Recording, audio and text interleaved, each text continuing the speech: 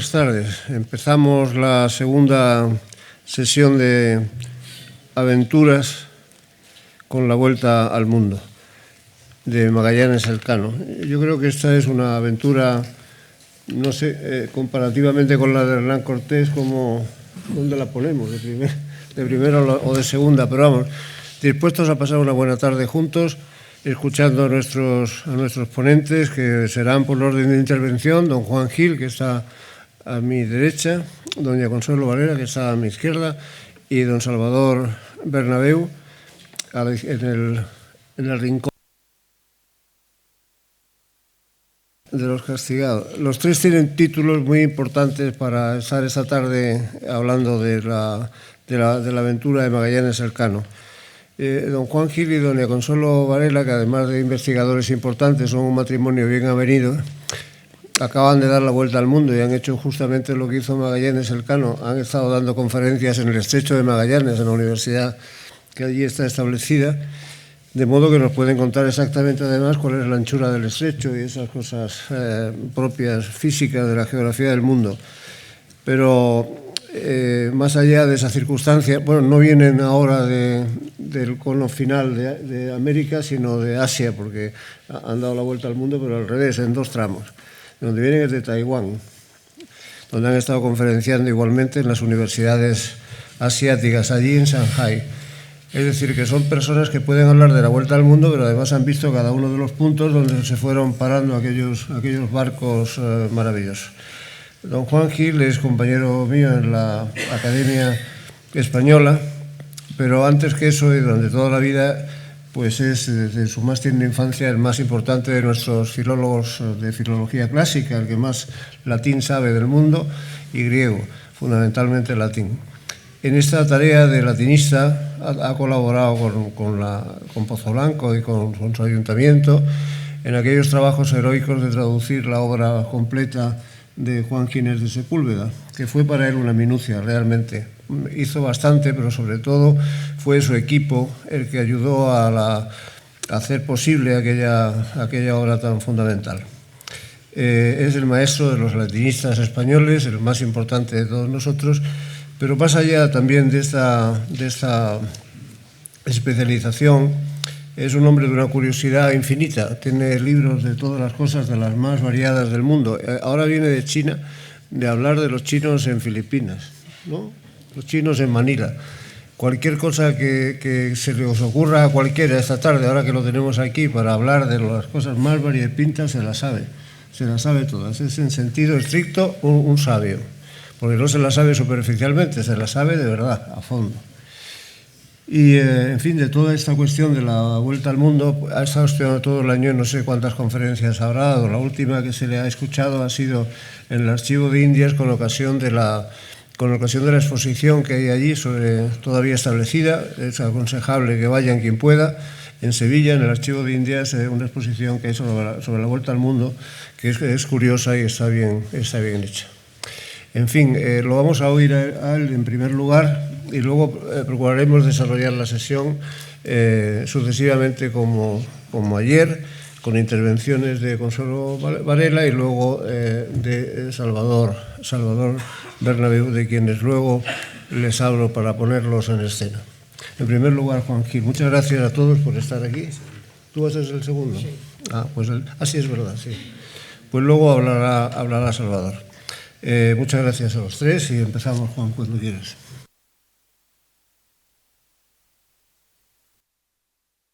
Esta cariñosísima presentación de don Santiago Muñoz Machado, que realmente me deja en cierto modo mal, en el sentido de que ustedes ahora van a esperar de mí muchas mayores cosas de las que yo les puedo ofrecer.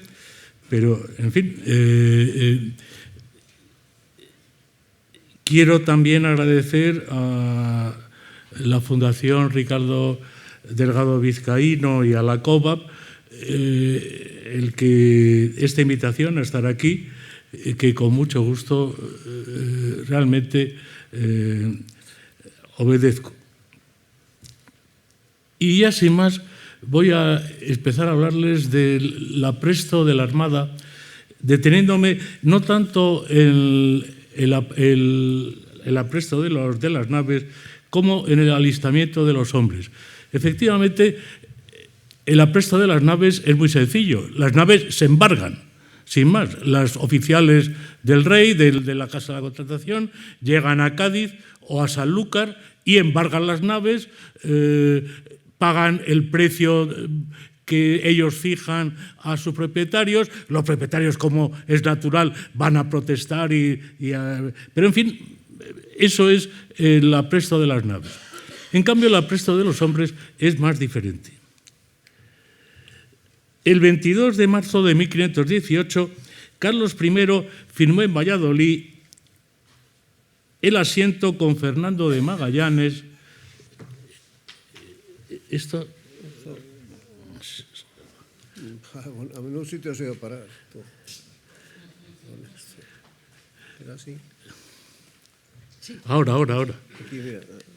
El asiento con Fernando de Magallanes, caballero natural del Reino de Portugal, y el bachiller Ruy Falero, asimismo natural del dicho reino, que se habían ofrecido a descubrir en los términos que nos pertenecen y son nuestros del mar océano, dentro de los límites de nuestra demarcación, islas y tierra firme, ricas especiarías y otras cosas.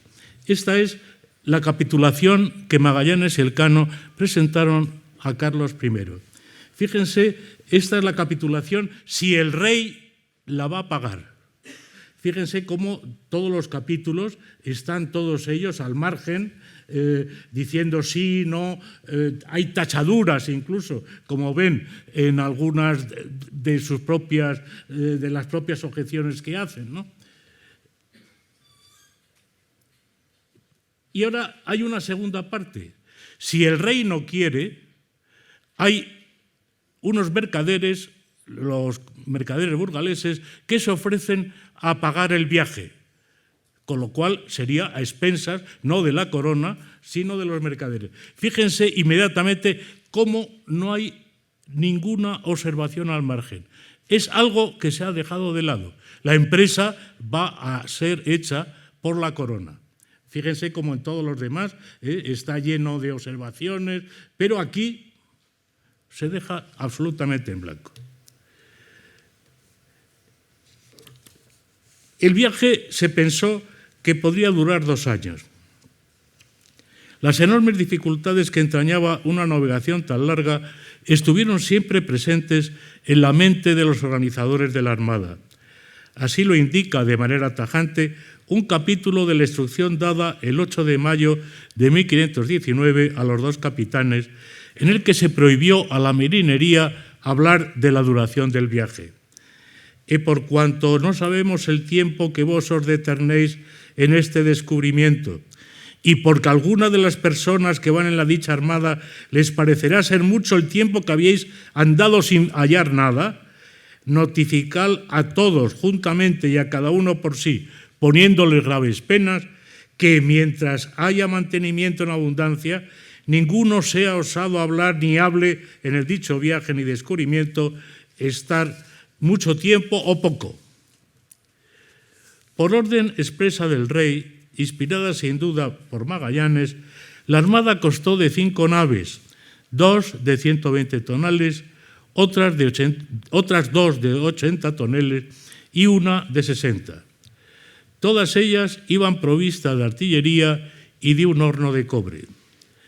Los encargados de aprestar los barcos fueron los oficiales de la Casa de la Contratación de las Indias, establecida en Sevilla desde 1503. La verdad es que no puede decirse que Magallanes se ganara la amistad de estos oficiales. Su carácter brusco, tozudo y quizá altanero chocó frontalmente con la actividad del vizcaíno Juan López de Recalde, que, incapaz de tragar al portugués, le puso cuantas trabas pudo. Para colmo, distó mucho de haber sintonía entre los propios miembros de la Casa de la Contratación. A ella acababa de incorporarse como factor el burgalés Juan de Aranda, quien, quizá por jactarse de haber sido el promotor del viaje a la especería, no congenió en absoluto con sus otros 2 compañeros, el tesorero Sancho de Matienzo y el contador Recalde. los preparativos de la expedición se hicieron, por tanto, en un clima de soterrada tensión que a veces desembocó en escenas violentas. En principio, los dos capitanes pidieron a los oficiales de la Casa de Contratación que para el 25 de agosto siguiente, es decir, en 1518, tuviesen aparejados los navíos gente y cosas necesarias para la Armada. Pronto se cayó en la cuenta de que ese plazo era demasiado corto. Aún así se pensó, con excesivo optimismo, que la partida podría tener lugar en diciembre. La tripulación, en principio, quedó fijada en un número de 235 hombres, aunque el rey dio libertad a los oficiales de la Casa de la Contratación para quitar los marineros que les pareciese, siempre en conformidad con Magallanes y Falero. Sin embargo, según una lista que registra tal vez la gente que asistió al alarde, la lista es esta. El número de tripulantes que se embarcó en cada nao fue el siguiente. En la Trinidad, 62 personas. En el San Antonio, 57. En la Concepción, 44. En la Victoria, 45. Y en el Santiago, 31. En total salen 239 personas. Tampoco este recuento parece del todo cierto. Las cifras bailan a placer tanto en los documentos como en las crónicas. Muy probablemente fueron más de 250. El primer problema que tuvo que resolver el capitán fue encontrar maestres para las 5 naves. No fue fácil. Tampoco la documentación que tenemos al respecto es muy abundante. Sí sabemos, en cambio, de manera aproximada, la fecha en que Magallanes conoció a los maestres de la Victoria, la Trinidad, el Santiago y la Concepción, así como el alguacil de la Armada. Al primero, Antón de Salomón, por septiembre de 1518. Al segundo, Juan Bautista, por octubre de 1518. Al tercero, Baltasar Palla, de 36 años, por mayo de 1519. Al cuarto, Juan Sebastián del Cano, por marzo de 1519, y al alguacil Gonzalo Gómez de Espinosa, por marzo de 1518. La mayoría de estos hombres, incluido el alguacil, eran analfabetos. Solo sabían firmar de todos estos maestres el genovés Palla y el Cano. Ello no debe sorprendernos. Por lo general, aquellos lobos de mar distaban mucho de ser personas cultas, pero la letra del Cano, pequeña pero bien formada, demuestra una buena pluma, más propia de un mercader que de un marino. Recuérdese que años más tarde, no pocos de los secretarios de Felipe II habían de ser vizcaínos. Aún así, hubo muchas vacilaciones. Por ejemplo, el puesto del Cano, en un principio, fue el de contramaestre de la Concepción y solo fue ascendido a maestre a partir de febrero de 1519. A su vez, Antonio Salomón, que era también italiano, empezó a recibir sueldo como contramaestre de la Concepción y después de la Victoria, de la que fue maestre a partir de junio. De los pilotos, lo eran ya por nombramiento del rey Juan Rodríguez de Mafra, Vasco Gallego y Andrés de San Martín. Esteban Gómez, otro portugués, empezó a cobrar sueldo por piloto real desde el 10 de febrero de 1518, es decir, muy poco antes de que se firmaran las capitulaciones con Magallanes. No se sabe la fecha exacta en que fue nombrado piloto real Juan López Carvalho, otro portugués. Quizá fuera él quien probó su suficiencia en Sevilla el 17 de abril de 1518. Todos ellos eran pilotos de fama reconocida.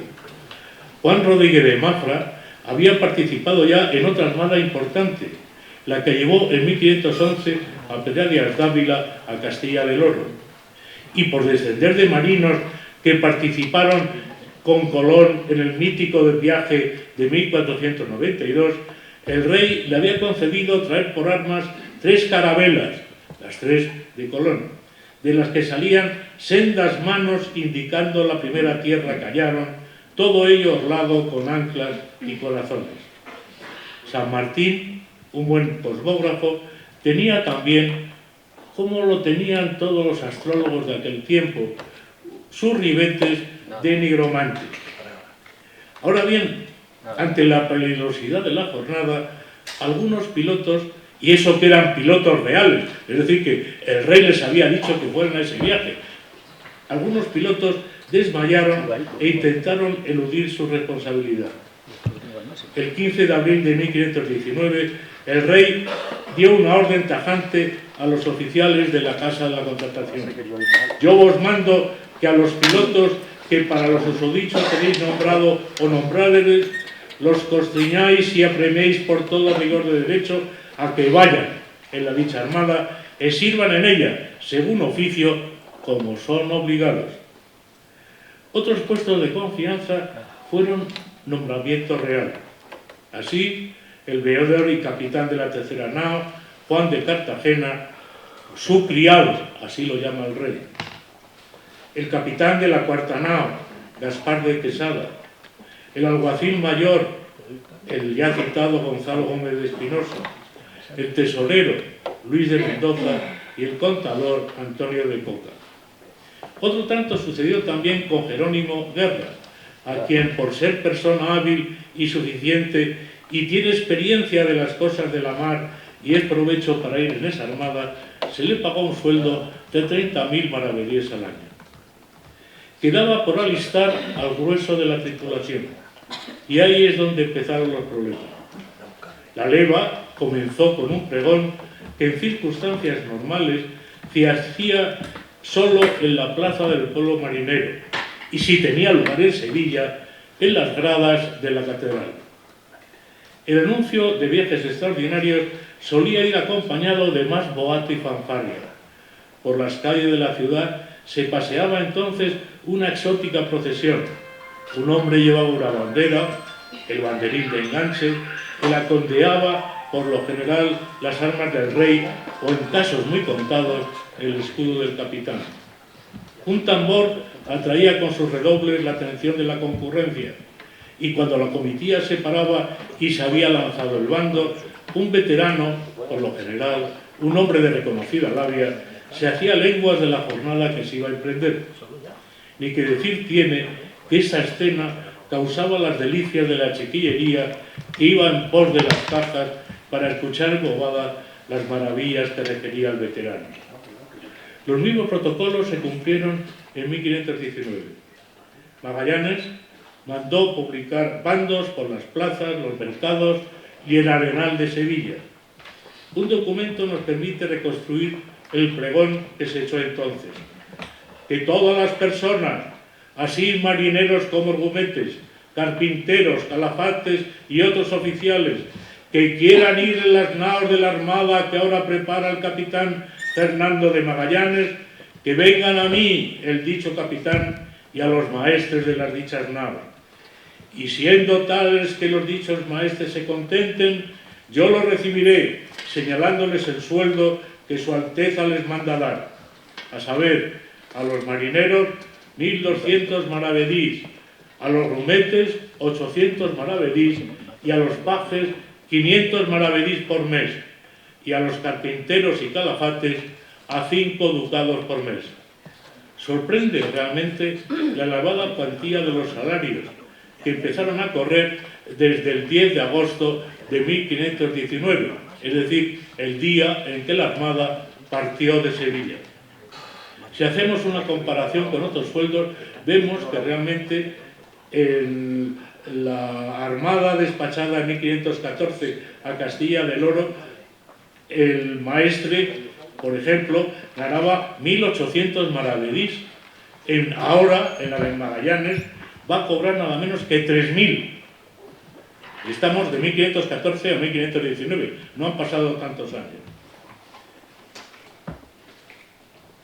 Los marineros entonces, en 1514, cobraron 900, ahora 1.200. y así sucesivamente. Para encebar a la marinería se concedió a los hombres de la Armada otros privilegios, como la facultad de cargar en las naves quintaladas de especies, por las que habrían de pagar la guarda, el traslado y la veintena a la hacienda regia. Y así también se les permitió llevar cajas de mercaderías por las que habrían de pagar solo la veintena. Con esas mercaderías ellos a su vez podrían venderla al llegar a la especiería, comprar clavo con esas, trocándolo por esas bujerías que llevaban. Y a los hidalgos que fuesen de merecimiento sin desempeñar puesto alguno, se les permitió cargar 10 quintales en su camarote y una quintalada debajo de cubierta.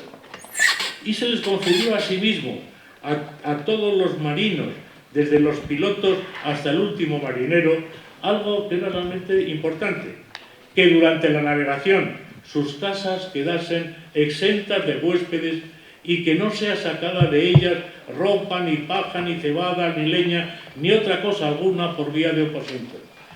Claro, en cualquier ciudad, la aparición del rey y la corte, recuerden que era entonces itinerante, suponía un duro quebranto a la economía de las familias, que estaban obligadas a pagar y a hospedar a los ilustres visitantes y a su cortejo. Hubo, por último, otras recompensas inmateriales. Para esforzar el ánimo de los pilotos y los maestres, el rey les prometió, a instancias de Magallanes, que si se portaban en el viaje como buenos, les serían dadas cartas de privilegios de caballerías. No sorprende, por tanto, que el Cano, nada más regresar, pidiera a Carlos I un hábito de Santiago. Es curioso que entonces el secretario del rey, Francisco de los Cobos, cicateramente le respondió que no tiene su majestad facultad para los dar fuera del capítulo de la orden de caballería, por supuesto. Pero olvidemos estas rapacerías de la corte y volvamos a la leva. Se pregonó el viaje, pero pasaron más de 20 días sin que ningún marinero avecindado en Sevilla se ofreciese voluntario a escribir su nombre. Hasta cierto punto era lógica esa reacción tan negativa. La navegación del Atlántico meridional no había comenzado con buen pie. En el río de la Plata, los belicosos indios acababan de matar en 1516 a un gran navegante, también portugués, Juan Díaz de Solís, que dio efímero nombre a la gran corriente fluvial que regó con su sangre. Pero ahora no se trataba de llegar a las costas antárticas. Magallanes quería llevar a sus hombres todavía más allá, en búsqueda de un estrecho cuya existencia ni siquiera estaba aprobada. Y si de verdad se encontraba ese paso y las naves conseguían desembocarlo, los aguardaba otro océano de dimensión desconocida, y de lograr atravesarlo, todavía tenían que superar el largo y trabajoso camino recorrido por los portugueses que cruzaban los mares de la India y África para doblar el Cabo de Buena Esperanza. Nada más lógico que los ánimos de los marineros más templados desfallecieran ante la perspectiva de arrostrar tan gran cúmulo de peligros y adversidades. Por otra parte, causaba también cierta suspicacia el hecho de que el capitán general fuese extranjero. Gómez de Espinosa oyó decir a algunos que por ser portugués el capitán no querían ir. Al no hallar en Sevilla gente para la Armada y aprimar el tiempo, a principios de junio, y fíjense que estamos en junio ya, en agosto es cuando va a partir la Armada, Magallanes tuvo que mandar a buscar la marinería en otros puertos. A Gonzalo Gómez de Espinosa lo envió a Málaga con una carta de los oficiales de la Casa de la Contratación, en la que estos indicaban los partidos, libertades y franquicias concedidos a la tripulación. A Málaga despachó también a Baltasar Genovés, bien pertrechado de dinero, para ver si conseguía hacer la leva.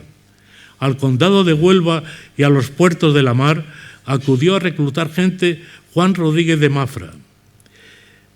El maestre de la nao capitana, Juan Bautista, marchó a Cádiz, llevando una carta redactada en iguales términos por el doctor Sancho de Matienzo, el tesorero de la Casa de la Contratación.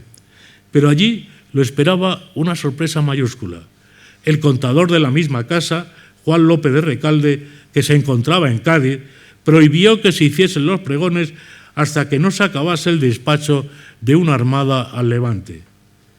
Sin embargo, su misión fue coronada por el éxito, ya que, según rezan las cuentas, este día, el 17 de junio, mandaron pagar a Bautista, maestre de la nao Trinidad, 14 reales de plata por la costa que hizo en 7 marineros y grumetes que trajo de Cádiz para esta armada, los cuales se asentaron en la nao Trinidad y en la nao Victoria. Aún así, no se cubrió la tripulación de las 5 naves. Algunos, que ya estaban contratados, se lo pensaron mejor y se marcharon.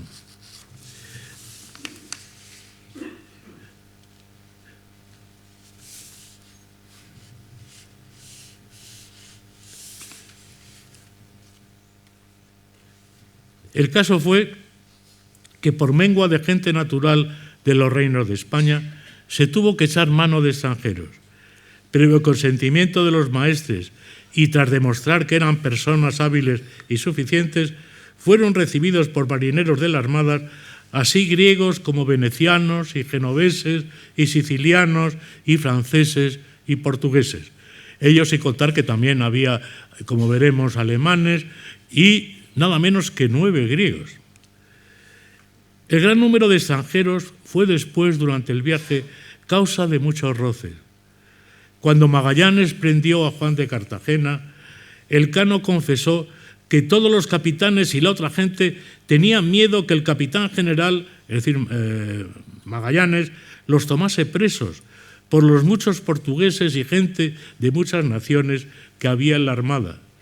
Y siguió diciendo que cuando Álvaro de Mezquite y Duarte Barbosa ocuparon las capitanías que tenían ante los españoles, maltrataban y daban de palos a los castellanos. En estas peleas y trifulcas, los portugueses, para hacer rabiar a los españoles, les recordaban el tremendo descalabro que habían sufrido en la batalla de Aljubarrota, mientras que estos sacaban a relucir la más reciente victoria que habían obtenido los reyes católicos en Toro sobre Alfonso V. Incluso durante la larga travesía, unos y otros formaron compacta piña a la hora de enfrentarse entre sí. Mucha armonía no parece que reinase entre aquellos hombres, unidos solo por el deseo común de volver a España.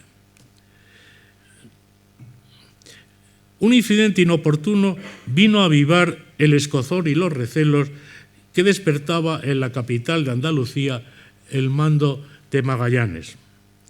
Un hombre adusto, duro y poco político en su trato con la gente, habida cuenta de que los sevillanos, por otra parte, son gente muy particulares. Fue el caso que el 21 de octubre de 1518 los oficiales de la Casa de la Contratación y Magallanes acordaron que el viernes siguiente se varase en tierra la nao capitana de la Armada. El factor de la casa había de llevar el pendón real para que ondeara encima de la nave y Magallanes, el suyo, para ponerlo fuera de la nao. Veamos ahora cómo describe el capitán general Magallanes lo que sucedió en ese día. Es la carta que tenemos aquí, es la única carta que tenemos de Magallanes al rey y en ella expone lo siguiente. Yo había de tirar una nao a tierra y porque la marea era muy de madrugada, yo me levanté a las 3 horas a hacer que los aparejos estuviesen prestos. Y cuando fue hora y tiempo de trabajar la gente, mandé poner 4 banderas de mis armas en los cabrestantes, donde se acostumbran poner las de los capitanes, por cuanto las de vuestra Alteza habían de venir encima de la nave. Y el factor había ido por ellas, y por no estar acabadas de pintar las naves con las armas del rey, no las había traído. Y yo, con el trabajo de sacar la nao, no lo miré, de manera que trabajando en la dicha nao, acudió mucha gente a mirarlo, por ser cosa que no se acostumbra en esta ciudad. Y como en el mundo no faltan envidiosos, comenzaron a murmurar y decir mal hecho y que yo había puesto mis armas en los cabrestantes. Probablemente las armas de Magallanes tenían las 5 quinas de Portugal, con lo cual se confundieron las armas de Magallanes con las armas del rey de Portugal. Y esto se hacía sin yo lo sentir, hasta que me lo vinieron a decir. Y entonces llegó un alcalde de la mar por teniente de almirante, diciendo al pueblo que las quitasen y rompiesen. Y entonces me lo dijeron, y llegué a donde él estaba, y le dije cómo aquellas armas no eran del rey de Portugal, sino mías, y yo vasallo de vuestra alteza, y me torné a hacer la obra. Y él no se hubo por satisfecho, mas como me aparté de él, lo quiso poner por obra, y el doctor Matienzo, que se halló allí, no lo consintió. En fin, se organizó allí una revuelta en que hubo de todo. Por otras o documento, consta que las cosas hubiesen podido ir a más. El piloto Juan Rodríguez de Mafra, del que ha salido ya varias veces antes, recibió algunos espaldarazos y fue herido en una mano. Menos mal que en aquel alboroto se halló presente el doctor Matienzo, un recio montañés, que además de ser tesorero de la Casa de la Contratación, pertenecía como canónigo al cabildo de la catedral. Fue él quien, gracias a su autoridad, puso algo de orden en el conflicto. Ese mismo día, Magallanes y Matienzo, indignados, tomaron la pluma, cada uno por su cuenta, para poner al rey en conocimiento de lo sucedido. Carlos I llevó muy a mal lo que había pasado, tanto que despachó desde Zaragoza el 11 de noviembre 4 cédulas, una dirigida al cabildo, asistente, alcaldes, alguacil mayor, 24 jurados, etcétera, etcétera, de Sevilla, expresándole su apoyo a Magallanes y que se dejaran de ponerle trabas. La segunda, felicitando a Matienzo por su comportamiento en aquella rilla. La otra, al asistente de Sevilla, Sancho Martínez de Leiva, para que se informase de los hechos y que procediese contra los culpables con todo rigor de justicia. Y por fin, otra carta apaciguó a Magallanes, un hombre de temple irascible, dándole cuenta de las medidas tomadas y reiterándole la confianza depositada en su persona. Yo vos tengo por muy cierto servidor y criado, y como a tal vos tengo de mandar favorecer y hacer toda merced, como vuestra voluntad para nuestro servicio merece. Tan buen entendimiento entre Magallanes y Matienzo pasó también por sus momentos de crisis, aunque luego, cuando Magallanes haga su testamento, su albacea va a ser precisamente uno de sus albaceas, el doctor Matienzo. En fin, un documento excepcional nos permite asistir a una muy tensa escena que tuvo lugar en la Casa de la Contratación. Sus oficiales, el doctor Matienzo y Juan López de Recalde, habían convocado a Magallanes para enseñarle una carta que acababan de recibir del rey, fechada en Barcelona el 26 de julio de 1519. Carlos I en ella les daba 4 órdenes tocantes a la composición de la Armada. La primera, que Ruy Faleiro, el amigo y compañero de Magallanes, se quedase en Sevilla y fuese sustituido en su cargo por Juan de Cartagena. Este pobre Faleiro empezaba a dar muestras de que andaba algo mal de juicio y la verdad el pobrecillo al final tuvo una vida desgraciada, en fin, perdido totalmente el seso. La tercera, que los escribanos continuasen siendo los que había elegido Magallanes, siempre y cuando fuesen naturales de los reinos de España. La cuarta, que dado los muchos inconvenientes que podría causar el gran número de portugueses, los capitanes no llevasen más de 4 o 5, los demás deberían ser despedidos. Magallanes no tuvo más remedio que aceptar que Cartagena fuese el sustituto de Faleiro. En cuanto a la segunda cuestión, reconoció haber puesto 2 despenseros portugueses y justificó la elección que había hecho con razones contundentes. las cuales son personas de quien él confía el dicho cargo y que lo harán como cumple al servicio de su Alteza, y que tiene por ciento que lo harán muy bien, y cuando así no lo hicieren, los quitará y pondrá otros. El tercer y cuarto punto de la carta eran los más peliagudos. Magallanes ahí se plantó. Y cuanto a lo que su Alteza manda, que en la dicha armada no vayan ningunos hombres de mar portugueses, que él lo recibió como hizo a otros muchos extranjeros de estos reinos, porque al tiempo que los tomó, no se hallaba gente para la dicha armada naturales de estos reinos, habiendo hecho pregonar en Málaga y en Cádiz y en todo el condado y en esta ciudad el sueldo que su Alteza les manda dar. Y lo recibió todos por virtud de una cédula que de su Alteza trujo. Y porque por esto no es razón que él deje de llevar los portugueses que tiene recibidos, de quien él ha de confiar su persona y la guardia de ella por ser sus parientes e hidalgos, y asimismo los suyos, sus criados. Y que no impidan a los dichos portugueses, ¿por qué no los tiene de dejar? Sino cuando él mismo quedare. Si los deja, él se queda. Como se ve, Magallanes dio un ultimátum a Matienzo y al alcalde: o se aceptaban sus condiciones o dejaba la capitanía de la Armada. Era la salida que cabía esperar de su fuerte personalidad. Las razones de Matienzo y Recaldo, sin embargo, amainaron algo sus ímpetus y limaron sus pretensiones. En cuanto al nombramiento de los despenseros, se salió con la suya. También logró que fuesen aceptados sus parientes y criados portugueses. En cambio, Francisco Falero, el hermano de su compañero Ruy, tuvo que quedarse en tierra. Examinemos ahora con un poco de atención el oficio y condición de alguno de los hombres de la Armada. Llama la atención, a primera vista, el hecho de que todos los lombarderos fuesen extranjeros, habido cuenta de que ya los reyes católicos se habían percatado de la enorme importancia de la artillería, que fue utilizada con eficacia en la Guerra de Granada. Sin embargo, los pueblos ibéricos se mostraron desde un principio reacios a aprender la técnica, que quedó en manos de hombres de fuera. En el caso de la Armada de Magallanes, desempeñaron este puesto 7 franceses, un inglés, 3 alemanes y 2 flamencos. También es curioso que no participase ningún galeno en la expedición, aunque la instrucción real había encomendado a Magallanes que mirase mucho por la salud de sus hombres. Tampoco se reseñan los clérigos que fueron en la Armada, que en un principio hubiesen debido de ser 5, 1 por cada nave.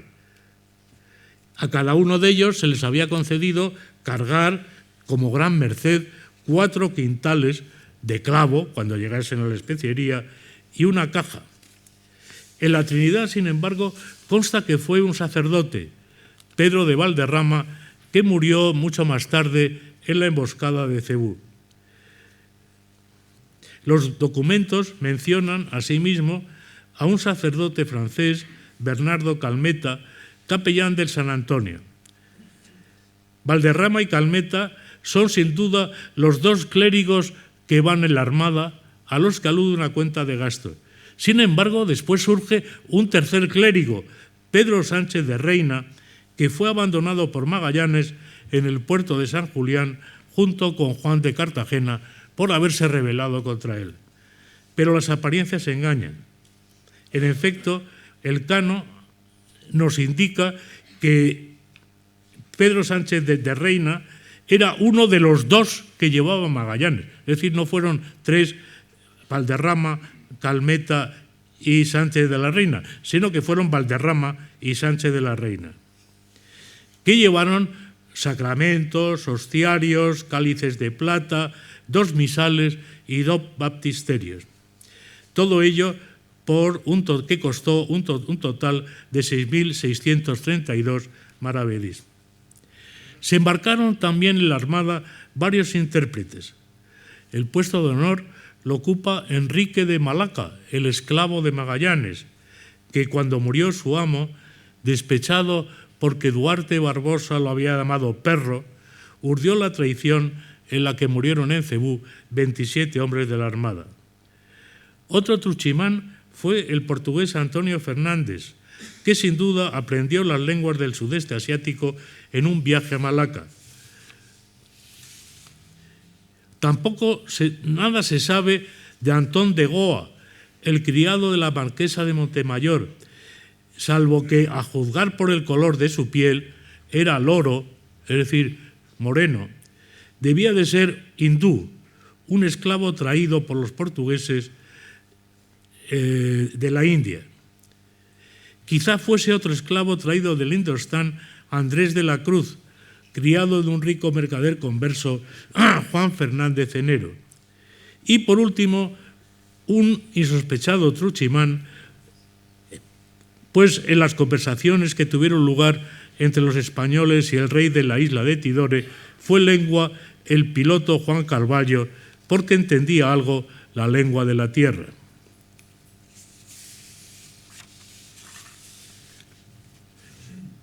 Les voy a presentar ahora otro documento que es interesantísimo, que es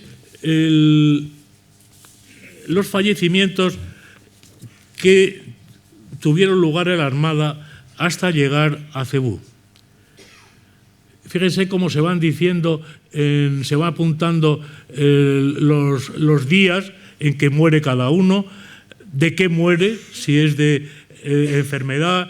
Hay uno que muere a manos de los indios. Aquí tienen, si no veo mal, aquí tienen en la derecha todos los que murieron en Cebú, empezando por Magallanes.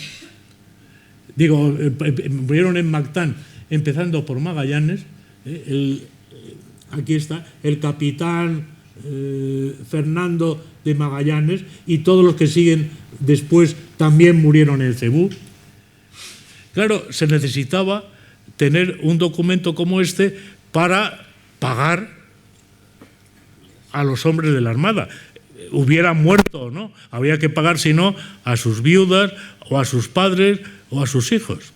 De modo que este es un documento realmente excepcional, que nos indica mucho, además, de las incidencias de la Armada, de cómo de repente un hombre, claro, después de verse las caras durante tantos días y tantos meses, pues un hombre que saca un puñal y se lo clava al otro, ¿no? Pues son estas cosas de volverse loco en un momento dado. O cómo se intenta salvar un barco que ha naufragado y en ese salvamento muere un hombre también. Es decir, es un documento realmente excepcional y impresiona sobre todo cómo termina, que es cuando van llegando a España, que es una cascada de muertes, no diré diaria, pero hay veces que es casi diaria, los que van muriendo hasta llegar a España. De modo que estos son los hombres alistados por Magallanes, caramba, y de ellos hubo algunos que, por ejemplo, un grumete que se ahogó en el Guadalquivir antes de la partida, otro grumete que fue descartado porque estaba enfermo de sífilis, otros grumetes desertaron y todos ellos fueron reemplazados en el acto. Y después, ya para completar los hombres que le faltaban, Magallanes reclutó otra serie de hombres de los que no tenemos los nombres, salvo en algunos casos, 3 casos. Reclutó hombres en Canarias. Y para terminar, les enseño este hermosísimo mapa, que es un mapa que envió en 1519, es decir, poco antes de la partida, el Magallanes a Carlos I. Es un mapa hecho por los Reinel. El original se conservaba en Múnich y se perdió en un bombardeo de la Segunda Guerra Mundial, pero antes se había hecho una reproducción exacta en pergamino, que es la que se conserva en París, de modo que más o menos es el mapa que tenemos, y nos indica muy claramente las ideas que tenía Magallanes. Aquí tenemos el mundo partido en dos partes. En el centro estaría el meridiano de Tordesillas, que divide, como digo, el mundo en dos. El mundo que ustedes tienen a su derecha es el mundo que corresponde a los portugueses, el mundo África y la India, y el mundo que corresponde a los españoles es este mundo que es el mundo desconocido. Como ven, es un mundo que está en blanco, en su mayor parte. Es este mundo en el extremo, a la izquierda del mapa, tienen las islas de la especiería. Hay un letrero que dice Illas onde vem o cravo, de las islas de donde viene el clavo, que es, como ven, entran justo dentro de la demarcación de España. Y aquí se ve muy claro el proyecto de Magallanes. Si las islas de la especiería entran dentro de la demarcación de España, es mucho más sencillo el viaje de las islas de la especiería a España que el viaje que tendría que hacer por la vía de Portugal. Efectivamente, sería en principio mucho más corto. Si es más corto, sería más barato. Por lo tanto, en principio, los costes serían menores y es muy claro por qué inmediatamente el capital se vuelca en apoyar el proyecto de Magallanes. Claro, lo que no se esperaban es que la travesía del estrecho fuese una travesía penosísima y después que les esperaba una no menos penosa travesía por el Pacífico, que duró algo más de 2 meses, en la que los tripulantes sufrieron toda suerte de penalidades, entre ellas la enfermedad esa terrible y tremenda, y para ellos, algunos de ellos desconocida, que fue el escorbuto. Pero, en fin, esto ya entra dentro del viaje, no quiero entrar en terreno que no es el mío. Les dejo ahora con esta preparación de la Armada y, sobre todo, con ya los hombres dispuestos a entrar en los barcos. Muchísimas gracias, y ahora ya el profesor Bernabeu les hablará del viaje.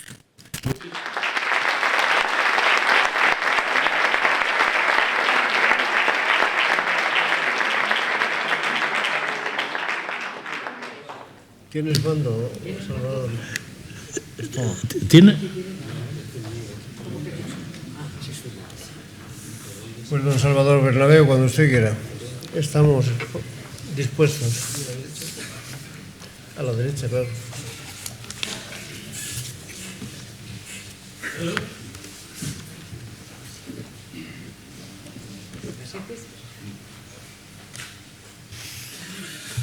Buenas tardes. En primer lugar, agradecer a don Santiago Muñoz Machado de la RAE y a don Ricardo Delgado Vizcaíno de la COBA, a todos los vecinos de Pozo Blanco y de los Pedroches en general, porque han elegido estar aquí cuando podían estar en sus casas viendo la televisión o haciendo otras cosas. Espero que al final les valga la pena esta charla.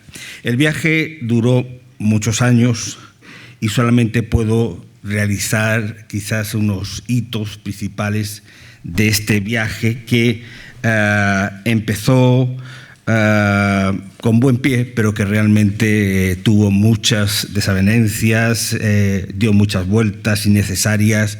Diríamos que como los logros fueron magníficos, pero los sufrimientos, las bajas, realmente fueron terribles, y por algunas causas por la mala gestión de los capitanes, principalmente de Magallanes.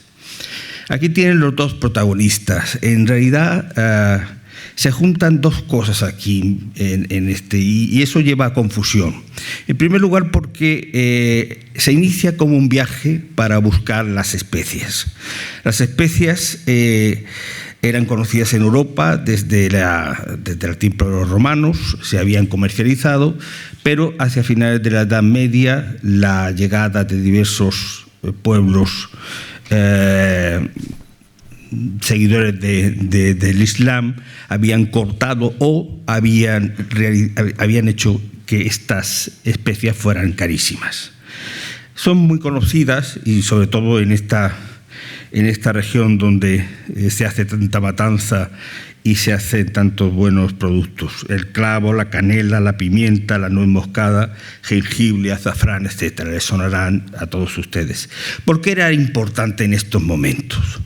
Bueno, era muy importante por varias razones. En primer lugar, porque ya a final de la Edad Media, después de la peste negra, ya hay una burguesía, podríamos llamar entre comillas, ya hay una clase adinerada que quiere comer con algo de sabor, porque se comía realmente casi lo mismo y apenas se tenía la sal y poco más, y algunas hierbas. Entonces querían tener más sabor y hacer un banquete, etc. Con lo cual, pues se gastaba dinero. Pero además, la carne se podía conservar, como saben ustedes, se podía conservar con las especies. Y el que tenía más carne podía tener unas ciudades más grandes, unos ejércitos mejor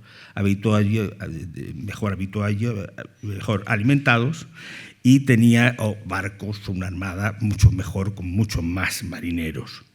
En tercer lugar, también tenían poderes medicinales. Eso era muy importante en un tiempo en donde realmente las medicinas eran muy pocas y los remedios eran caseros y que todavía estaban por traducirse o estaban solamente en los grandes círculos, las obras de Galeno, etcétera, que empezaban a traducirse. Y por último, tenían poderes afrodisíacos, aunque no vayan ustedes, salgan aquí corriendo a comprar ninguno de estos productos porque realmente no funciona. Que no funciona. En fin, todas estas cosas hacían que estos tuvieran un gran valor y que dos países que se disputaban la península ibérica se lanzasen al mar para buscar el camino directo y haciéndole pues lo que sería haciéndole la faena a los árabes. No es casualidad que estos dos pueblos acababan de salir de la Reconquista, que estaban llenos de ese ímpetu guerrero frente al Islam, y que justamente se hablase en estos documentos de la reconquista del Santo Sepulcro, de Jerusalén, etc. Es decir, que también no podemos juntos, o sea, tenemos que, junto a la dimensión económica y la dimensión política, hay una dimensión religiosa o ideológica que completa esto y que nos habla de el ímpetu de muchos de estos marineros que, bueno, si no llegaban o si morían, pues iban en una buena causa, ¿no?, etcétera. Bueno, ya se ha hablado de la tripulación, se ha hablado de ese viaje, que es un viaje internacional, aunque se dice muy pocas veces, y cómo, lo que quería decirles, cómo empieza siendo un viaje para una empresa hacia las Molucas, una empresa hacia la especiería, y termina siendo la primera vuelta al mundo. Al principio nadie pensaba, no se planteó como la primera vuelta al mundo. Señores, vamos a hacer la primera al mundo, ¿quién quiere venirse?, etcétera. No, es una empresa difícil hacia un mundo desconocido que estaba en blanco, sí, pero estaba llena de rumores, llenas de imágenes, etcétera, desde antes de la Edad Media, desde los libros de Alejandro, desde los libros de Preste Juan, desde los libros de Marco Polo, que puso ya por primera vez el nombre de Japón, etcétera. Y entonces había miles de rumores y, por supuesto, cientos de leyendas, de personajes con una cabeza, con dos orejas, plantas que andan, no sé cuál, sí, una cantidad enorme de maravillas, como se llamaban entonces, que también hacían soñar a los hombres de Occidente. Bueno, finalmente sale de Sevilla la expedición un 10 de septiembre. Un 10 de agosto de 1519, para bajar por el río Guadalquivir despacio, esperando otros alimentos y a sus capitanes que están todavía en Sevilla, y en Sanlúcar definitivamente dejan la península ibérica el 20 de septiembre. Directamente las 5 naves, la Trinidad, la San Antonio, la Concepción, la Victoria y la Santiago, pues van a salir con una serie de documentos que se van a cumplir o no. Ya hemos hablado, esta es una relación del personaje, y estas son las instrucciones de Carlos V. Instrucciones que son normales, son como los de las mismas que llevaban las empresas que iban a las Indias, y que hablaban de muchísimas cosas, desde toque de queda, de cómo relacionarse, de la prohibición de los juegos, etcétera, etcétera. Y sobre todo algunas de ellas que era el llevar la contabilidad, que eso en la COVAC es muy importante, la contabilidad, pues llevarla al dedillo, llevarla muy bien, sobre todo en estos parajes y con tantas alimentos y especies como se querían comprar. Lo cual no se hizo hasta que el cano se hizo ya con el gobierno de la empresa. En fin, así salen, y 6 días después la primera parada va a ser Tenerife. En Tenerife, pues como todas las paradas, no me voy a repetir, pero pueden ustedes hacerse la idea. ¿Qué se hace en las paradas? Pues se toma agua limpia, se embarca leña, y se recogen los alimentos que se pueden, o se roban, o se compran, etc. Y también se reponen algunos hombres, etc., si se puede. Y en el caso de Magallanes, cada vez que veían un hombre, entre comillas, raro, nuevo, un patagón, un hombre tal, pues de buena voluntad, y si no se capturaba, también se metía como un objeto más exótico para traérselo al rey de España. Es decir, que estos hombres equivalían después a lo que años después un elefante que mandó el rey el Guarajá de Guatarafí a Carlos V, pues equivalían a estos regalos también. Ninguno de ellos llegó vivo de los patagones, que se marcó uno, pero otros indígenas sí llegaron junto a los tripulantes que quedaron de la expedición, y eso también es interesante. Es decir, estamos con una expedición que va a las especerías y que vuelve con una empresa geográfica, que es lo que la corona española potenció para que, bueno, de alguna forma hacer esa empresa más suya. A partir de las Canarias, las 5 naves descendieron la costa africana hacia el sur y hasta llegar a Cabo Verde. Cabo Verde se ve por el Cabo Verde. Bueno, yo quería a ver si me da. Cabo Verde está aquí, esta puntita, y están las islas de Cabo Verde, que después tendrán mucha importancia. Y este es Cabo Verde, ¿no? Bajan, siguen hasta el Golfo de Guinea, y de ahí van a aprovechar los vientos alisios para cruzar el Atlántico.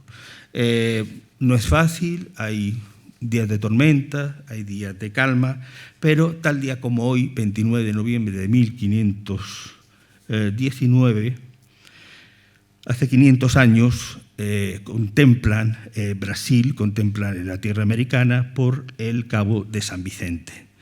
Ese es el momento en el que, bueno, realmente es un alivio para los marineros que siguen bajando la costa, en este caso la costa sudamericana, para encontrarse o para entrar en lo que sería la actual Río de Janeiro. Río de Janeiro porque uno de los embarcados había estado varias veces allí, incluso tenía un hijo, y se produce la primera aquí la primera escala. Había sido, Río de Janeiro había sido descubierta por los portugueses, concretamente por Gaspar de Lemos en 1502, y el piloto López Carvalho pues había estado visitando.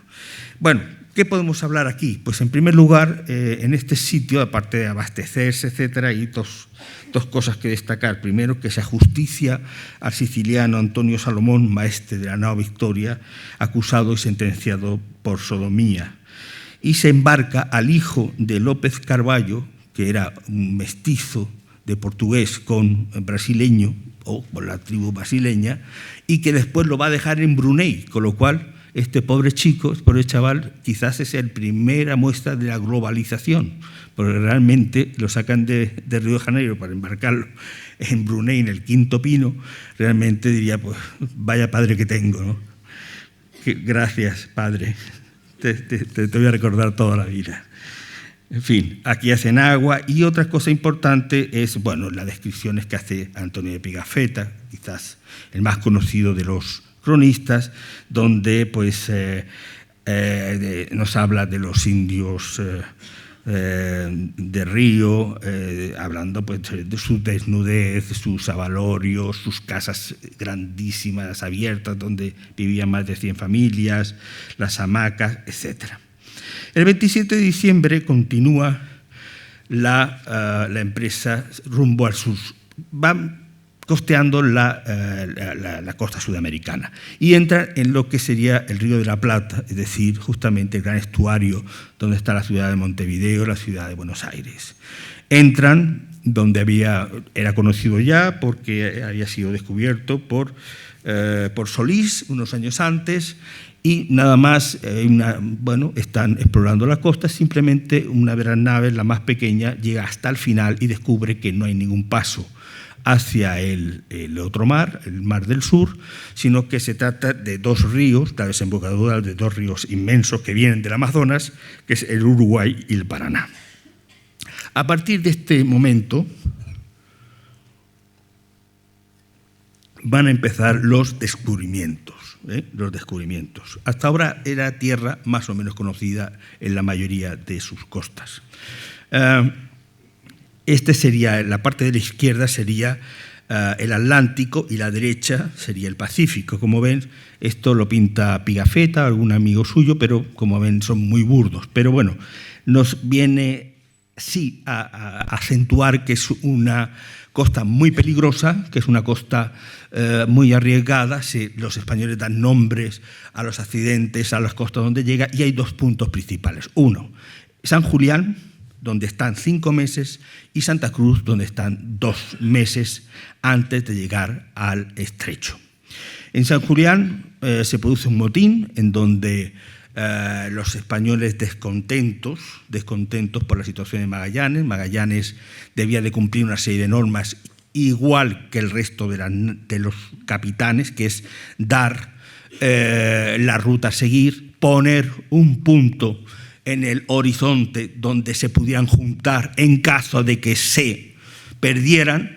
Pues no ocurre eso, no daba nada, no habla sobre dónde van, y la gente pues cada día están, conforme se van alejando de España, pues se van alterando más, y aquí se produce un motín que desgraciadamente no triunfa y que finalmente va a terminar con la muerte de 2 capitanes, Luis de Mendoza de la Victoria y Quesada, que estaba en la Concepción, y Juan de Cartagena, que está nombrado, que estaba al mismo nivel que Magallanes, y el clérigo Sánchez de la Reina, son dejados a su merced en la costa. Esta es una imagen romántica del motín, en el momento que asesinan a Luis de Mendoza. Y aquí el otro gran hito de San Julián, que es el encuentro con los patagones. Como saben ustedes, y después pues eran gente muy alta para lo normal, pero de ahí a que fueran gigantes, etcétera, pues había mucho que decir, sobre todo porque luego confunden en un primer momento lo que son otros huesos de animales para decir que son humanos, etc. Pigafetta dijo de ellos que eran tan grandes, aunque bien proporcionados, que nuestras cabezas llegaban apenas a su cintura. Tenían la cara completamente pintada de rojo y se vestían con la piel de un animal hábilmente cosida, y que corrían velozmente y vivían a la manera de los cíngaros, es decir, que llevaban unas ramajes y donde querían, poco a poco se iban así se iban quedando. Bueno, mientras están allí, resulta que manda una nave, pues ahí están 5 meses, que es la San Antonio, y lo manda hacia el sur. Y unas leguas más abajo entra en una bahía, bautiza Santa Cruz, y la Santiago, que era la más exploradora, pues tiene el percance de que se accidenta y naufraga. Todos los supervivientes tienen que ir por tierra hasta San Julián en una penosa travesía, pero Magallanes, después de recibirlos, decide recoger todas las naves y llegar hasta hasta Santa Cruz, donde van a pasar 2 meses recogiendo lo que pueden de la Santiago y además pues abasteciéndose de todo. Están ya en la puerta de lo que sería el estrecho. Poco después salen el 24 de agosto, ya quedan 4 barcos y a pesar del gran frío reinante, pues llegan el 18 salen y 3 días más tarde, perdón, no es el 24, es cuando llegan, el 18 de octubre salen de Santa Cruz y 3 días más tarde avistan una gran rada. Magallanes envía a la Concepción y a la San Antonio, las 2 más pequeñas, para que reconocen las radas, vuelven alborotados diciendo que es mucho más profunda, y entonces entra toda la flota, toda la armada, pero de pronto se encuentran también otros 2 canales, y es el momento donde de nuevo se envía a la San Antonio y a la Concepción. Tanto la Concepción como las otras 2 naves, la Trinidad y la Victoria, se quedan esperándola, porque la San Antonio hay un motín contra su capitán, por parte del piloto Esteban Gómez, que era también portugués, contra el capitán, que era portugués también, y la San Antonio decide regresar a España. Es decir, que esta es una de la segunda nave que se pierde, porque esta llega a España sana y salva, aunque son tanto el piloto como el capitán destituido de la Mezquita, son destituidos. Era parece ser un primo hermano de Magallanes, son destituidos, y hasta que no llegan el Cano más no se hace un juicio y no se aclara lo sucedido. De todas formas, Esteban Gómez está poco después ya navegando por las aguas del Atlántico. En fin, ya los 3 que quedan deciden entrar, y efectivamente el 27 de noviembre de 1520 se logra atravesar el estrecho tras 37 días. El cabo de entrada se le nombra de las 11.000 vírgenes, el de salida Puerto Deseado o Cabo Deseado, y el canal se bautiza como Canal de Todos los Santos, aunque pasa a llamarse rápidamente como Estrecho de Magallanes. Y comienza, a partir de ahí, la segunda parte del viaje, que es la travesía del Pacífico. Bueno, como ya he dicho, con 3 naves, los 3 barcos inician una travesía desconocida de un mar que pensaban mucho más pequeño, por aquello de que la Tierra en aquellos momentos se pensaba que era más pequeña también, y es una imagen, pues digamos, muy imaginativa de esa, pero con esa población que sí lo había, pero eran muy, muy pobres, y de luego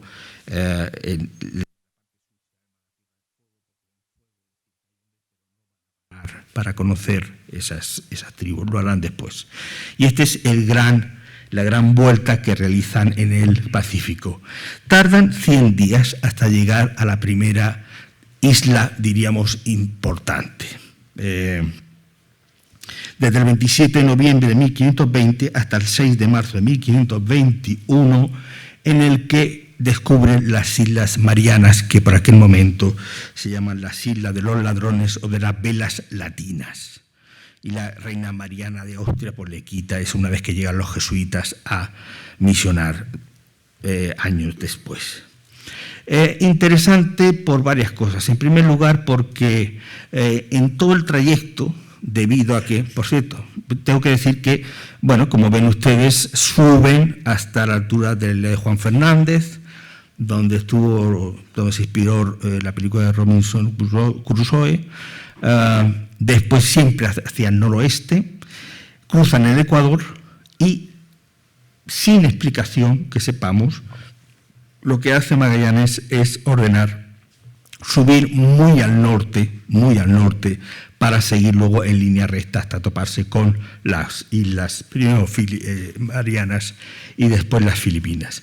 ¿Por qué muy al norte? Porque se sabía que las islas Molucas, las islas de las Especierías, que están alineadas de norte a sur, atravesaban el Ecuador, es decir, que simplemente atravesar el Ecuador o poco más del Ecuador al norte o al sur llegarían a las Islas Marianas, a las islas, de la Especiería. Conclusión, Magallanes no quería llegar a las islas de la Especiería. ¿Dónde querían llegar? Pues luego Juan Gil lo dirá. Sí. Juan Gil tiene su teoría que yo comparto. Bueno, de momento, como digo, solamente encuentran 2 islas pequeñas que han sido, bueno, pues han protagonizado 100 y pico artículos de cuál podían ser. En realidad son 2 pequeñas, una se bautiza San Pablo, la otra se llama de los escuálidos, de los tiburones. Son muy pequeñas y ni siquiera llegan, una a desembarcar y salir corriendo y otra ni siquiera a desembarcar.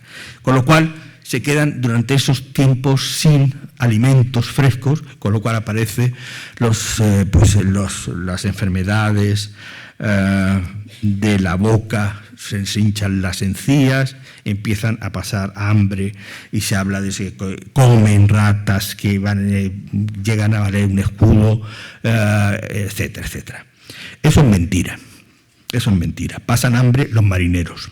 Pasan hambre los grumetes, pero a partir de arriba cada uno de los hombres tenían suficientes, aparte del rancho general, tenían sus cajalones, donde tenían sus alimentos. Con lo cual, si rascas un poco, te dice, por ejemplo, el Pigafetta, en un momento dado, que nunca tuvo un día siquiera de estar enfermo. Y cuando en el segundo viaje se abre el testamento por ejemplo, del Cano, pues se descubre que tiene en medio del Pacífico una verdadera tienda de alimentos. Es decir, pasan hambre los que siempre pasan hambre. Pero eso de que todo el mundo y que tal, eso no. Eso es una leyenda de Pigafetta porque necesita contar después en su crónica por todas las cortes europeas lo mal que lo ha pasado, y puesto que lo ha pasado tan mal, pues eso engrandece su figura y engrandece su aventura. Bueno, de aquí pasamos a las islas, así son representadas, las Islas de los Ladrones y de las Velas Latinas. Velas Latinas, que son barcos muy veloces, que daban una vuelta muy rápido porque tenían un balancín ven delante del balancín y que fueron realmente muy interesantes y realmente llamaron mucho la atención. El encuentro con los marianenses realmente pues fue en un principio muy agradable, pero empezaron a subir al barco, a robar, a llevar cosas, pues para ellos todo es de todos, y finalmente llegaron un momento que se llevaron un barco, el esquife de la Trinidad, y entonces cuando Magallanes, que nunca tenía que bajar del barco por orden de Carlos V, baja con varios hombres, mata a varios indígenas, les quema casas, barcos, etcétera, con lo cual pues dejan un recuerdo bastante bueno para los siguientes que llegan allí a a hacer agua y a encontrarse con estos indígenas. Salen de las Marianas y se meten una semana más tarde dentro del que es el gran archipiélago filipino. Bueno, se ha especulado varias veces por dónde entran, por dónde salen. Yo quiero llegarles que, bueno, hay un momento que están en una isla descansando y que a partir de la isla más norte, que es Masagua, donde se produce un hecho singular, que es el siguiente. Enrique de Malaca, que es el intérprete y esclavo de Magallanes, logra hablar con los locales y principalmente con su rey. Y claro, de esa forma no solamente se llamaba Calambú, nombre de café. Entonces, no solamente es más fluida, sino que también ha dado a una teoría que está por todo el sudeste asiático y que ha llegado a España, diciendo que Enrique en realidad fue un filipino que fue esclavizado por los malayos y que después fue vendido, y que por tanto Enrique de Malaca fue el primero que dio la vuelta al mundo y no Magallanes. Y bueno, pues muy bien. Yo, mientras que no me digan que Magallanes era una mujer y que era de Barcelona, me lo creo todo. Yo ya acepto, pero bueno, es una teoría, ahí está, etc. Lo que sí es cierto es que logran hablar con ellos y a partir de ahí saben varias cosas. Van a saber que más abajo hay unas islas mucho más ricas y que dice el cronista Albo que tienen pedacicos de oro como garbanzos y lentejas. Pero Magallanes, de nuevo, contraviniendo a Carlos V, dice que no les hablen, ni hablen del oro, ni lo que vale, ni intercambien sus baratijas que tienen por el oro, lo cual era costumbre de Hernán Cortés y de todas las expediciones que hay en esos momentos en el mundo mundial. ¿Por qué? Pues porque quiere que no se sepa que los españoles tienen tanto apego al oro. Bueno, pues eso se lo cree él y su prima de Oporto, pero en realidad lo que quería seguramente era llegar en un momento y hacerse con ese oro. Con lo cual, pues nada, pasan de ahí. El mismo rey de Mazagua los va a llevar al que va a ser el gran, uno de los episodios más trágicos de la expedición. Llegan a la isla de Cebú, el rey de Cebú se hace amigo de Magallanes hasta tal extremo, le ha contado muy bien Juan Gil en uno de sus libros, El Pacífico, sobre mitos, ¿se llaman mitos? Y utopías de América, volumen 2, es como Magallanes de pronto se cree un enviado de Cristo, de la Divina Providencia, se viste de blanco, baja, hace un tablado y tal, se pone a predicar, le saca el Santo Niño de Cebú, que después se lo encuentra Legazpi, y empieza a bautizar como un poseso, como si fuera un fraile mexicano, que ya fueron bastante criticados.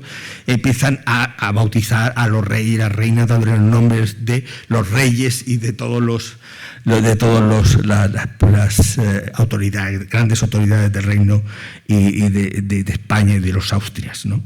Entonces llega un momento, llega a ser tan ese momento diríamos tan de locura, que el sábado, que tenga una gran devoción a la Virgen, y él quiere ser enterrado en la primera iglesia que esté dedicada a una Virgen, por ejemplo, que un sábado pues hay un rey que está en la isla intermedia, que es la de Mactán, que se llama Silapulapu, que no eran por 2 gallinas y poco más, y dice que no se lo da, y entonces Magallanes le dice a los de Cebú, dejarme solo, que no venga ninguno de Cebú, que ellos sabían la forma de guerrear, sino yo solo con mis hombres, y llega hasta en ese momento, ese sábado, en donde hay un combate. Todos los demás se quedan mirando y a Magallanes le dan de palos hasta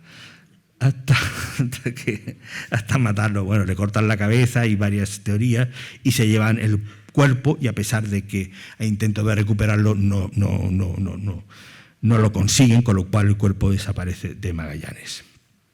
Y además, como el Enrique de Malaca, por el nuevo capitán general Duarte Barbosa, como ha dicho Juan Gil, es acusado de que es un perro porque seguramente estaba muy cansado o lo que sea, pues lo que hace es ir a una cena en donde le prepara el rey de Cebú, Humabón, y mueren 27 expedicionarios, entre ellos también Duarte Barbosa, que era el nuevo capitán general, con lo cual pues los españoles que quedan en las naves y que oyen los gritos tienen que salir corriendo y están durante los próximos 8 meses dando vueltas por el sureste asiático, con el calor, con los mosquitos, con los juncos, en fin, en una verdadera odisea, porque hasta esos 8 meses no llegan a las islas de la especiería. Lo primero que tienen que hacer, y esto tengo que ir muy rápido, es que ya no tienen nombres para las 3 naves y una de ellas la queman, la Concepción, se quedan con la Trinidad y con la Victoria. En segundo lugar, pasan corriendo, salen de las Filipinas, atraviesan el mar y llegan hasta Borneo, bajan por su costa de poniente y llegan simplemente a Brunei. ¿Qué es Brunei? Pues Brunei es un sultanato, pero diríamos que es el único momento de toda la expedición donde esa imagen que tiene el europeo del orientalismo, de grandes sedas, de edificaciones grandes, de elefantes, etcétera, de un protocolo, de perros, etcétera, pues se cumple. Están durante algunas semanas, llegan, les autorizan a hacer un pequeño mercado, un pequeño puesto en el puerto, van a hacer una serie de intercambios, aunque, como dije, no existe una contabilidad y eso va a llevar después a la que se ponga al nuevo capitán que sustituye, que es Gonzalo Gómez, el nuevo capitán general, y entonces en un momento dado ven llegar a cientos de barquitos, unos más grandes, otros más pequeños, se asustan y López Carballo, que es el nuevo capitán de la expedición, decide salir corriendo, tirando con la artillería, con los falconetes, etcétera, matando a varias personas, salen corriendo. Algunas personas se quedan en la isla porque deciden desertar y 2 personas que estaban haciendo compras, entre ellos su hijo, que había sacado, como dije, de Río de Janeiro, se queda. Juajoncillo López Carballo, que le dedica a su padre muchos recuerdos. En fin, así está. Se termina el sueño oriental, diríamos, de encontrar un gran pueblo oriental para los expedicionarios. El siguiente paso será, voy a ser más breve, será subir de nuevo al norte de Brunei, pasar el estrecho de Balabac y en la isla de Balam Balam, que está representado lo que sería Brunei, realmente reconocible. Esta es la isla que tomé una imagen porque es muy importante. Aquí es el momento donde se destituye al portugués, que estaba de capitán, y se elige un triunvirato. La Trinidad queda al mando de Gómez de Espinosa, que releva la Victoria, que es relevado en la Victoria por Juan Sebastián Elcano. Es decir, en esta isla comienza la historia de Sebastián Elcano y junto a ellos hay un triunvirato. ¿Y quién es? Un contador sevillano llamado Martín Méndez, a quien podemos considerar pues el gran informante de lo que va a pasar a partir de entonces con la especiería, con los pesos, etcétera, etcétera, etcétera. Forman un triunvirato y que, y sobre todo que aparece la figura ya, que había sido, no es nombrada nunca por Pigafetta, que le tiene mucho ojeriza, y aquí llega pero es el que ordena que por fin se vaya directamente hacia las especerías. Estas son las islas de especería, como ven ustedes, está cortada por el Ecuador, son varias islas. Los portugueses estaban situados en la más al norte, no en la pequeñita, sino en la más abajo, y los españoles se establecen en Tidore, que es la tercera, diríamos, la amarilla, la tercera. Allí encuentra el sultán Almanzor o el Mansor, donde, pensando que los portugueses están arriba y que están dándole problemas, pues se aviene perfectamente a las reclamaciones y a las promesas de los españoles, quienes dejan allí varios hombres y quienes comercian con clavo, que era especialmente lo que producía la isla. Compran muchísimo clavo, parte tienen que dejarlo la Victoria antes de salir, a un precio realmente muy bueno, ridículo diríamos, y en un momento dado se enteran de que hay una armada que ha salido de Portugal para capturarlo por un portugués de la isla de Ternate que se llama Pedro Alfonso de Lorosa, y las dos naves, la Victoria y la Trinidad, salen deprisa con las despedidas y con los llantos, pero cargados de alimentos, etc. Lo que ocurre es que la Victoria tiene dificultades para continuar, tiene que volver a puerto,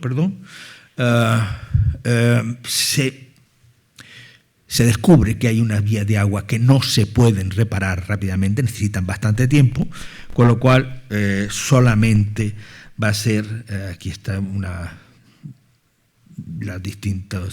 imagen, solamente va a ser el viaje de regreso la Victoria. Y miento, porque la Trinidad va a ser después reparada y va a seguir, diríamos, el camino inverso, es decir, por el norte del Pacífico, es decir, lo que sería luego el camino del Galeón de Manila, por la Kuroshima, por el norte del Pacífico Norte, hasta llegar a las costas de Norteamérica, o finalmente, en el caso del Galeón de Manila, de Acapulco.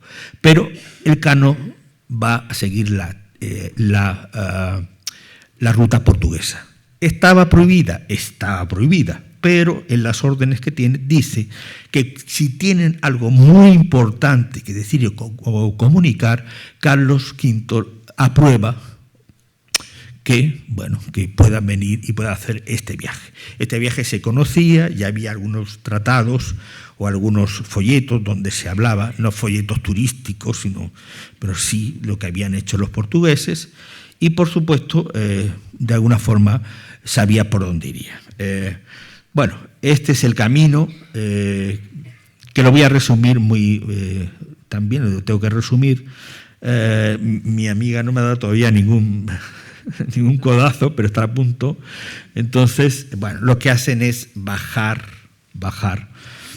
atravesar el estrecho hasta el estrecho de las Molucas, el mar de Molucas, dejar el mar de Molucas, mar de Banda, y dirigirse a la isla de Timor. Al norte de Timor, una pequeña isla, es el último punto donde se abastecen de leña, etcétera, etcétera, y 2 personas se tiran al agua para no seguir, porque piensan que es una locura caminar por realizar esta nueva aventura. Tardan a partir de Timor, salen ya al Índico por unas latitudes muy sur, a pesar de los fríos, etcétera. No quieren encontrarse con las naves portuguesas, y aproximadamente en 2 meses llegan a la costa africana. En su camino, como ocurrió en el Pacífico, solamente encuentran la isla de Ámsterdam, que es una isla, como ven, poco apetecible, o sea, nada, ni una mata, nada. Hay una cosa en el tal que ahora es un punto geoestratégico, porque en realidad no les sirve para nada, con lo cual siguen el camino hasta llegar al sureste del África es el río do Infante, donde van a hacer una escala y donde le piden que suba hasta Mozambique, donde saben que hay algunos portugueses asentados. El Calo se niega y lo que hace es seguir, a pesar de que la Victoria está haciendo agua, de que tiene pocos alimentos. Doblan el Cabo de las Tormentas, y suben gracias a la corriente de Benguela, que ya lo conocía, de aguas la Benguela, y por los vientos alisios ya doblan el Golfo, pero la situación es tan desesperada, y esto es un dibujo, que tienen que hacer un alto en las islas de Cabo Verde, que antes les dibujaba. Estaba Cabo Verde, en la costa africana, y enfrente unas islas que ya estaban colonizadas por los portugueses en parte, o por lo menos visitadas. En la isla de Santiago desembarca. Ellos dicen que vienen de América, que han tenido una tormenta, que se les ha roto un palo y tal. Bajan durante 2 ocasiones, les quedaban muchas bujerías, espejitos, cositas, cascabeles, etcétera, que cambian por, sobre todo, alimentos. La tercera grupo que baja, ya lo que tienen es clavo, y entonces ya se dan cuenta los portugueses que no vienen de América, sino que vienen de Asia. Y en ese momento son apresados y la Victoria tiene que salir corriendo. Bueno, tiene que salir corriendo no, porque no corre, pero tiene que salir con las velas a todas, hinchadas a todas, para hacer esa volta desde Cabo Verde, la volta que le va a llevar más arriba del paralelo de Portugal. Pasan por las Azores más occidentales, y ya hasta que van a descubrir el 4 de septiembre de 1522 el Cabo de San Vicente, y el 6 fondearon en el puerto de Sanlúcar. Desde aquí escriben a la Casa de la Contratación y a Carlos V. A Carlos V, pues, que han dado la vuelta al mundo, patatín, patatán, y sobre todo la Casa de Contratación, que les ayude como sea, que les manden un barco con unos marineros de frescos, etcétera, para que puedan subir a Sevilla. Y finalmente el 8 de septiembre, por la tarde, tras recorrer 46.270 millas marinas, llegan al puerto de Sevilla los que quedaba de la expedición. Esta es la vuelta, diríamos, que realizan con las Islas Canarias, con las islas, hasta aquí llegan. Una imagen contemporánea de cómo podía ser Sevilla en esos momentos, el famoso cuadro que está en el Museo Naval y que refleja muy bien esas caras, pues, entre cansadas y absolutamente, quizás no se lo creen de que han llegado y que han hecho unos viajes con tan mala suerte, con tantos accidentes, con tantas privaciones, pero que realmente si hay un cuadro histórico en España contemporánea que refleja el momento, yo creo que es este. Y todos se dirigen, entre otras cosas, a una imagen, a rezar a una imagen que ha quedado y que está en la iglesia de Santana de Triana, lo que se llama la Catedral de Triana, que ha sido recuperada, que es la Virgen de la Victoria, que es la única imagen que queda, la única testimonio de la iglesia de la iglesia de la Victoria, donde pensaba pues enterrarse, y que había dado varias donaciones Magallanes. Y así termina lo que empezó siendo la expedición, la armada a la especería, y que después se convirtió en la primera vuelta al mundo. A pesar de todos estos problemas, con lo que se trajo, con el clavo que se trajo, se pudo pagar toda la expedición, ganaron dinero, y hubo durante varios, por lo menos 10 años, una fiebre de especiería en España, que poco después se hizo una casa de la contratación incluso en La Coruña, porque estaban más cerca de los mercados de Países Bajos, etcétera, y de la Europa central, pero aquí hubo una verdadera fiebre que terminó cuando la siguiente expedición, con muchísimos viajes, etcétera, pues realmente fracasó totalmente la expedición de Loaiza. Pero ese es otro capítulo que si quieren, vendré a contarles. Muchas gracias.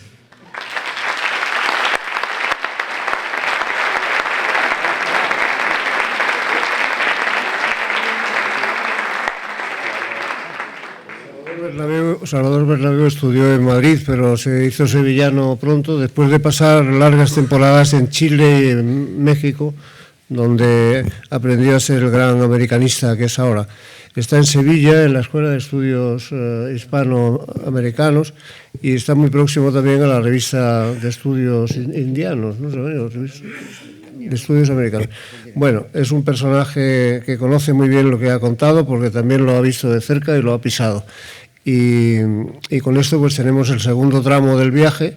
Nos queda la llegada, pero como hacen en la televisión, cuando viene una cosa muy interesante, vamos a suspender para un descanso antes de ir a Consuelo Varela, que terminará la aventura.